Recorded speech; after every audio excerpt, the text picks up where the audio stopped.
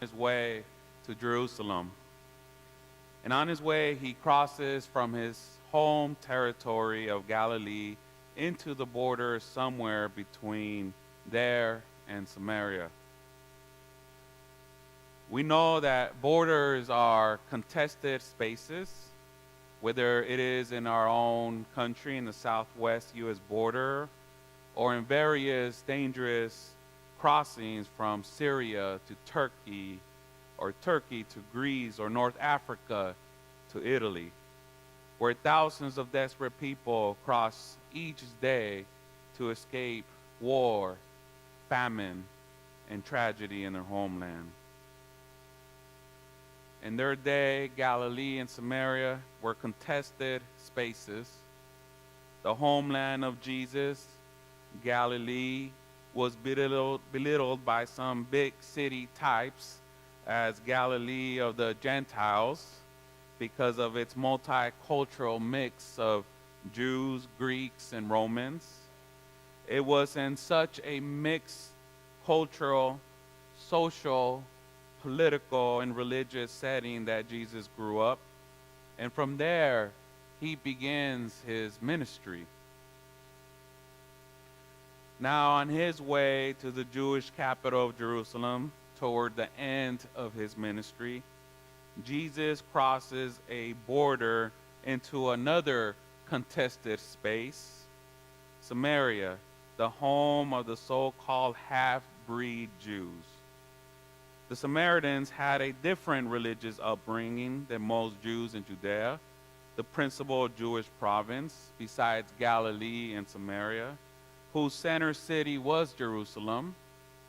Samaritans were considered less than because their history and cultural and religious traditions did not quite meet the mark according to that of the dominant religion at that time. They even had a different geographic center, not Jerusalem. They were an other, a stranger, a foreigner. Even Jesus acknowledges that in this text and in his earlier story about the Good Samaritan. In Luke 17, this Samaritan has another mark on him. He joins 10 other lepers in a colony of skin-diseased and ostracized individuals. As a collection, upon realizing Jesus was border crossing nearby them, they appeal to this traveling preacher and healer, about whom they, like so many others in those regions, had heard so much about. Jesus, Master, have mercy on us, they exclaimed. They kept a respectful distance as they were expected to because of their highly contagious disease. But they were all firm in their conviction that if Jesus reached out to them, even if he didn't touch them, they could be healed and eligible to finally return to their families after who knows how long a period in a health exile. So I wonder how many of us living in long silence with a health issue long for the conversations, the healthier touches, the acercamiento, the outreach, approach of someone who can help us get through the pain and suffering, someone to show mercy. So Jesus stops. The strange thing is that Jesus doesn't say, like he says to the paralytic whose friends lowered him from the rooftop, "Go, your sins are forgiven. Pick up your cot and walk." He doesn't do what he did in Luke chapter 5, where he actually reaches out and touches a leopard, declaring, "I do choose to make you clean. Be made clean." Indeed, in the text, he does tell the cleansed leopard to go and see the temple priests to be certified as clean, as prescribed by the law. But in today's text, Jesus skips a couple of steps and simply tells the 10 lepers, or the one leper, go and show yourselves to the priests. It is only when the 10 lepers start their own journeys toward Jerusalem and the temple to be declared clean that in fact they are healed of their disease. They took steps of faith toward their healing in response to Jesus' encouragement and exhortation, and healing came. Sometimes we need to take our own steps toward healing. Maybe you're not feeling well toward a particular brother or sister in the community. Be bold. Take that first step. Take the initiative and seek out reconciliation. You'll feel a whole lot better, even if the other side doesn't take the necessary steps towards you. Or how about you who feel completely flustered when somebody you love is so sick? Take a step toward them. Be present with them in their pain. You'd be surprised how much the ministry of presence paves the way toward healing and peace of mind. Jesus reached out to the sick that cried out to him. He gave them hope. They went on their way, and healing became a reality. Yet the favorite part of this story for most of us is the one of the healed leper that comes back to say, thank you. And look who it was. The outsider, the double cast, the one who was both Samaritan and leper.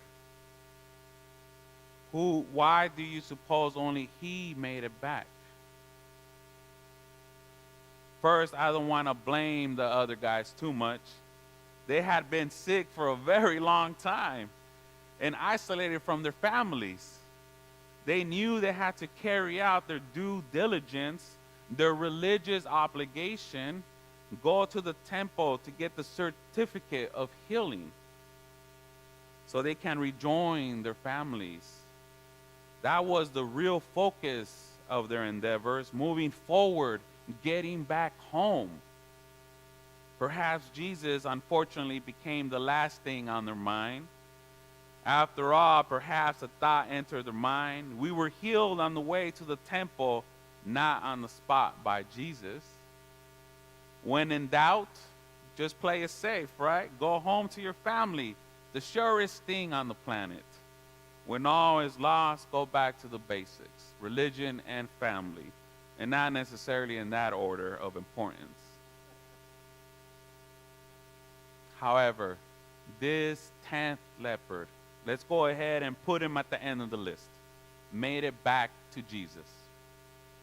After all, he was just a Samaritan. He didn't quite have the religion right. He had different traditions. He would probably be looked down upon when he made it to Jerusalem temple to get his healing document. Maybe he even ended up undocumented. After all, he was not a correct Jew, but rather a half-breed, a border person, an outcast, a foreigner, even if he had been healed of his leprosy. What would you do? Hopefully, we will be grateful enough to make our way to Jesus and say, thank you. I am reminded of what a close friend of mine has shared with me about the word thank you in Spanish, gracias. He says that gracias comes from the root word for grace, the unmerited favor of God toward each and every one of us. My friend says that every time we say gracias, we are saying a blessing on behalf of those we are thanking. While the healed leper kneeled before Jesus to thank him effusively for his healing, he also blessed Jesus with his enthusiastic thanksgiving. What would you do? Would you go back to the source of your healing and say, thank you, thank you, thank you, again and again and again? That's what this Samaritan did.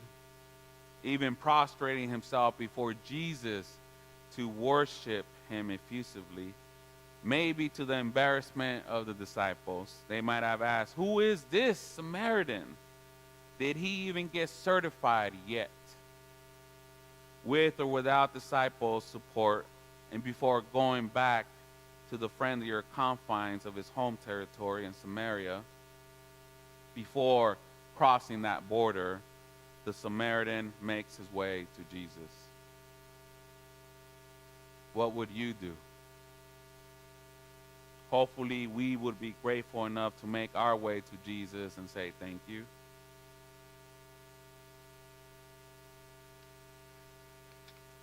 But that's not all that was going on here.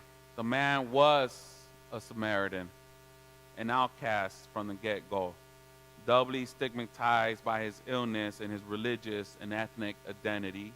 Yet he had the wherewithal to make his way toward his healer and say, thank you.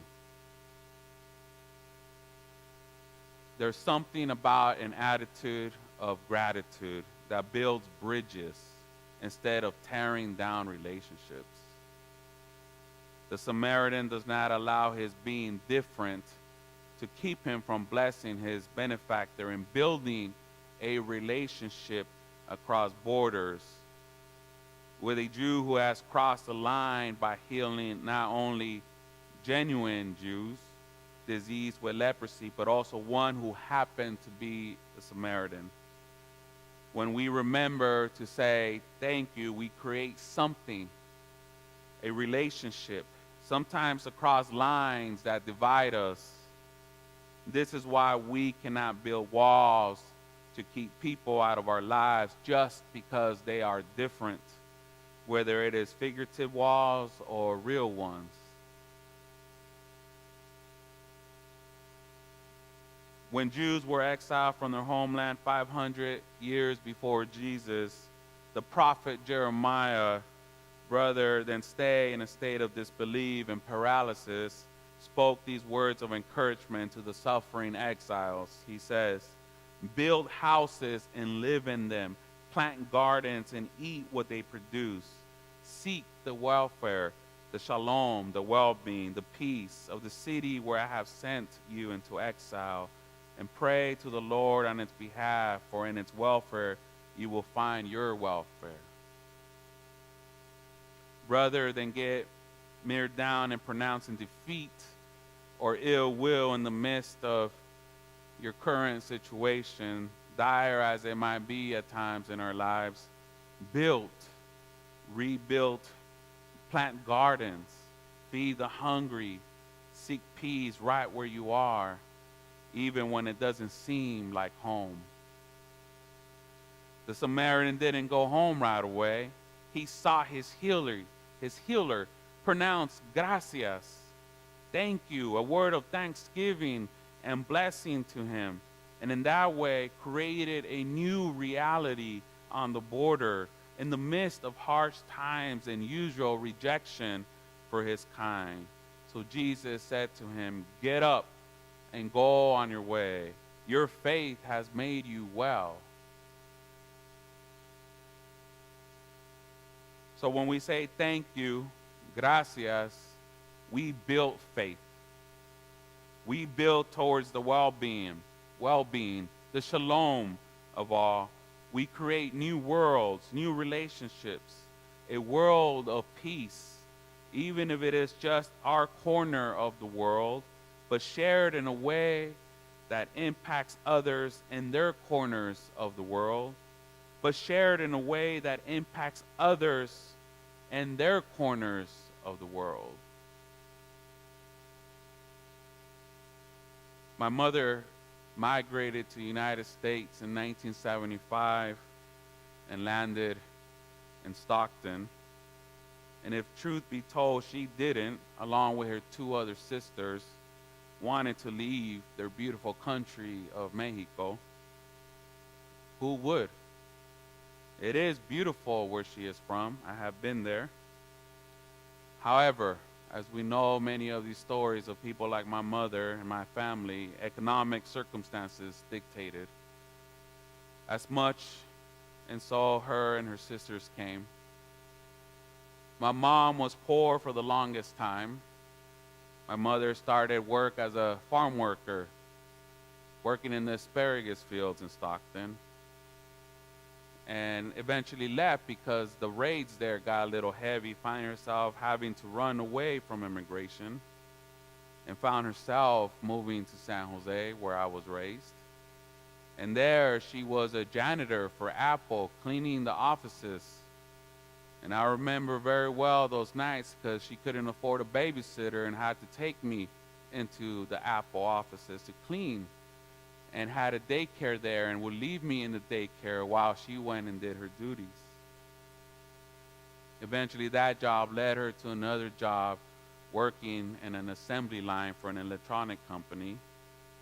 But these jobs didn't bring a whole lot of money, but yet she did her best to raise me. We never owned a home or a car growing up. And even with all the struggles and trouble that I got with the law and with gangs, somehow my mom always found time to be grateful for life. I could never understand that attitude growing up. She was grateful even in the midst of crisis at times for the opportunity to be able to work and provide food and a roof over our heads to live in. And it wasn't until I was an adult that I learned how to be grateful and thank her for all her sacrifices. Thanked her for being even patient with me while I gave her a hard time in life. And this story repeats itself. We know this generation after generation. Most people that crosses borders like Jesus, like the Samaritan, like my mom, do so to do good, to create goodwill, to say thank you, muchas gracias, to their host, and build the next generation of go-getters.